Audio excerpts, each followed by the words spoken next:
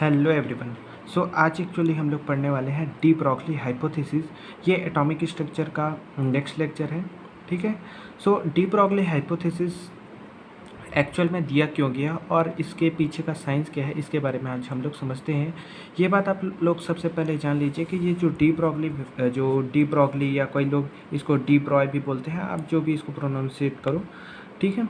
सो ये जो है one of the most important एक टॉपिक है किसी भी कॉम्पिटिटिव एग्ज़ाम या फिर किसी भी केमिस्ट्री या फिर फिजिक्स से रिलेटेड स्ट्रीम के लिए, क्योंकि ये जो चीज़ है ये मैटर और वेव को कोरिलेट करता है। किसको किसको कोरिलेट करता है? मैटर।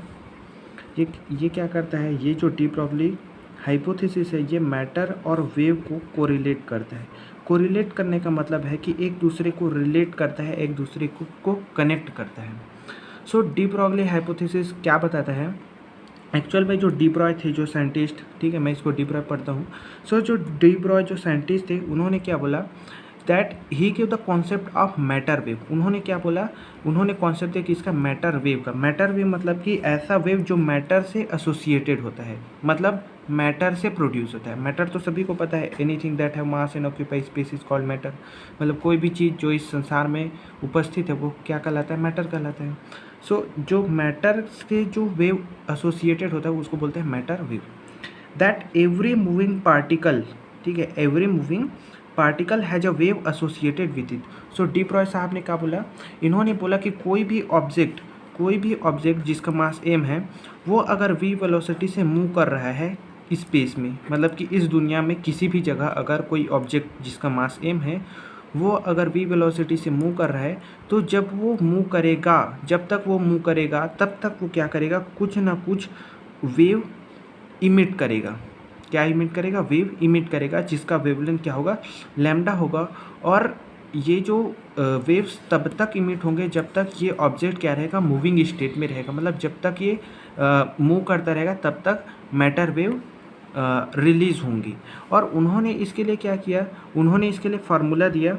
ये जो वेवलेंथ जो मैटर वेव एसोसिएट करता है, मतलब जिस वेवलेंथ का वेव निकलता है एक मूविंग ऑब्जेक्ट से, उसका उन्होंने क्या दिया? फार्मूला दिया उसको निकालने का। ठीक है। सो उन्होंने फार्मूला दिया लैम्डा। लैम्डा क्या है? वेवलेंथ है। ठीक है, वेवलेंथ को लैम्डा से रिप्रेजेंट करते हैं। So lambda is equal to H upon M V. ठीक है, एच अपॉन एम वी और is equal to H upon P. M क्या है? एम है मास ऑफ दैट ऑब्जेक्ट। ठीक है, ये कोई बड़ा ऑब्जेक्ट भी हो सकता है और कोई छोटा ऑब्जेक्ट, या फिर जैसे इलेक्ट्रॉन भी हो सकता है और एक बॉल भी हो सकता है। ठीक है, मैं आगे बताऊंगा कि ये जो मैटर वेव है ये अगर कहीं मैक्रोस्कोपिक ऑब्जेक्ट के लिए नेग्लिजिबल होता है।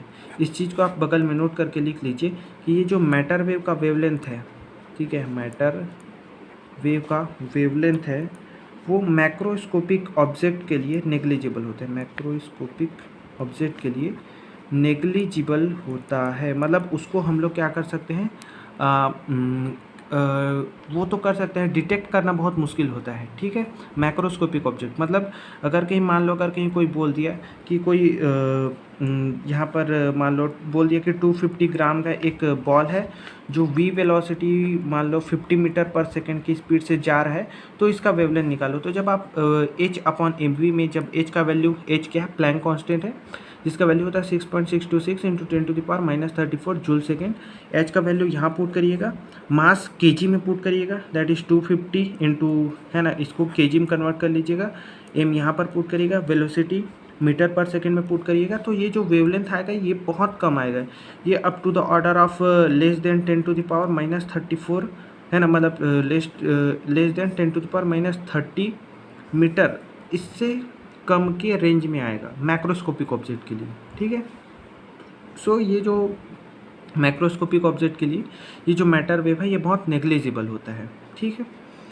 अब ये जो बात है, और इसी को M V mass into velocity को मोमेंटम बोल देते हैं। पी यहाँ पर है मोमेंटम। ठीक है, मोमेंटम। अब होता क्या है कि हम लोग को जब मैक्रोस्कोपिक वर्ल्ड में, मतलब हमारी दुनिया में जो फिजिकल वर्ल्ड है, जहाँ पर एक कार चल रहा है, बस चल रहा है, बॉल इधर से उधर जा रहा है, यानी कि सभी मूविंग ऑब्जेक्ट के लिए जो मैटर वेव है वो नेग्लिजिबल, इसीलिए हम लोग उसको डिटेक्ट करना या कैलकुलेट करना मुश्किल होता है। है ना। इसका एग्जांपल मैंने बता दिया कि अगर कहीं 250 ग्राम का बॉल अगर कहीं 50 मीटर पर सेकंड की स्पीड से ट्रैवल कर रहा है, तो इसका वैल्यू जब आप यहाँ पुट करके जब सॉल्व करेंगे, lambda is equal to H upon M V, M की जगह इस मास ऑफ बॉल का वैल्यू रखना 250 ग्राम, उसको केजी में कन्वर्ट कर लेना, क्योंकि जब आप मास को केजी में केजी में लिखोगे वेलोसिटी को मीटर पर सेकेंड में, तो आंसर आपका आएगा मीटर में। ठीक है, तो ये बहुत कम आता है, लेस देन 10⁻³ मीटर, जो बहुत ही कम है। सो मैक्रोस्कोपिक वर्ल्ड के बारे में तो हम लोग इसको मैटर वे को कैलकुलेट करना या डिटेक्ट करना बहुत मुश्किल होता है, इसीलिए हम लोग जनरली ऑब्जर्व नहीं करते। ये जो चीज़ है ये माइक्रोस्कोपिक वर्ल्ड के लिए बहुत ही यूज़फुल है, बहुत ही यूज़फुल है। कैसे, देखिए मैं आगे बताता हूँ कि मान लीजिए यहाँ पर हम लोग के पास क्या है, एक इलेक्ट्रॉन है। ठीक है, हमारे पास क्या है, एक इलेक्ट्रॉन है, एक इलेक्ट्रॉन। ठीक है, अब इस इलेक्ट्रॉन को क्या किया हम लोग ने, अब आप सभी को पता है कि इलेक्ट्रॉन एक चार्ज पार्टिकल है। क्या है, चार्ज पार्टिकल है। और हम लोगों ने क्या किया, इधर एक पोटेंशियल अप्लाई किया। पोटेंशियल मतलब कि ये मान लो यहाँ पर एक पॉजिटिवली चार्ज प्लेट रख दिया, पॉजिटिव चार्ज प्लेट रख दिया, यहाँ पर एक नेगेटिव चार्ज प्लेट रख दिया, और इन दोनों के बीच का पोटेंशियल डिफरेंस मान लो V है। ठीक है, तो ये क्या करेगा, इलेक्ट्रॉन नेगेटिवली चार्ज होता है तो ये क्या करेगा, इस प्लेट से इस प्लेट की तरफ जाएगा, मतलब पॉजिटिव चार्ज प्लेट की तरफ क्या होगा, एक्सीलरेट होगा। क्या होगा, एक्सीलरेट होगा, मूव करेगा किस वेलोसिटी से, v वेलोसिटी। और मास ऑफ इलेक्ट्रॉन सभी को पता है ना। तो ये जो इलेक्ट्रॉन है ये मूव करेगा इस पॉजिटिव चार्ज प्लेट की तरफ ड्यू टू द एक्सीलरेशन। ठीक है, अब ये तो मूव करेगा पॉजिटिव चार्ज प्लेट की तरफ, तो ये क्या इमिट करेगा, एक वेव इमिट करेगा। क्या इमिट करेगा, वेव इमिट करेगा।